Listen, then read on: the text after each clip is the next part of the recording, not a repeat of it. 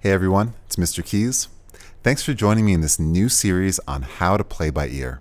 This series is geared towards people that have very little or even no musical background.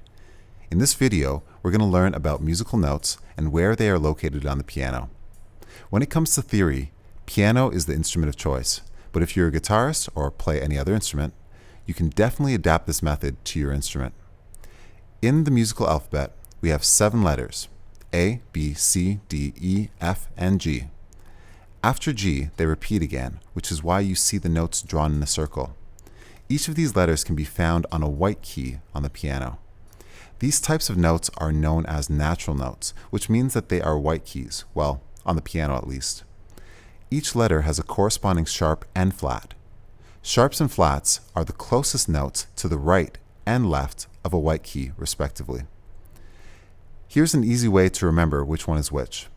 The word flat has the letter L in it, so flats are to the left of each natural note. The word sharp has the letter R in it, therefore sharps are to the right of each natural note. Now let's figure out where all the sharps are on the keyboard. Since this note is C, C sharp is the black key to its right. This is D and D sharp. This note is E, but E sharp is not a black key. Remember, sharps are the closest notes to the right of a white key. Therefore, this is E sharp. This note is also called F. Many notes have multiple ways to name them. This is known as enharmonic equivalence, which is a fancy way of saying another way of naming a note. For instance, E sharp is enharmonically equivalent to F, since they are the exact same note, but they can be named differently. Think of it like a nickname. Moving on. Now we have F, and F sharp is to the right, then G, and G sharp, A, and A sharp, and finally B, and you guessed it, B sharp is to the right of this white key. B sharp's enharmonic equivalent is C. Now let's take a look at flats. Flats are the closest notes to the left of a white key.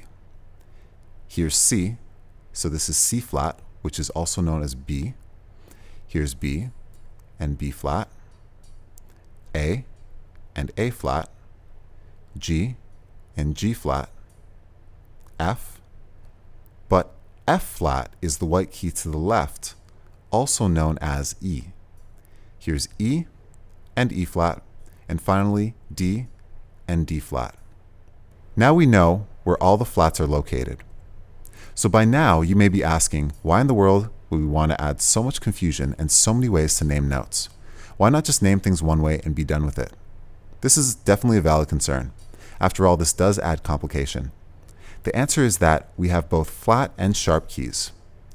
Flat keys only have flats and natural notes, while sharp keys only have sharps and natural notes.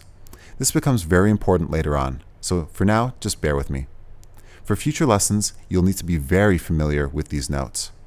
Below in the video info is an exercise that you can work on to get better at naming notes on the piano.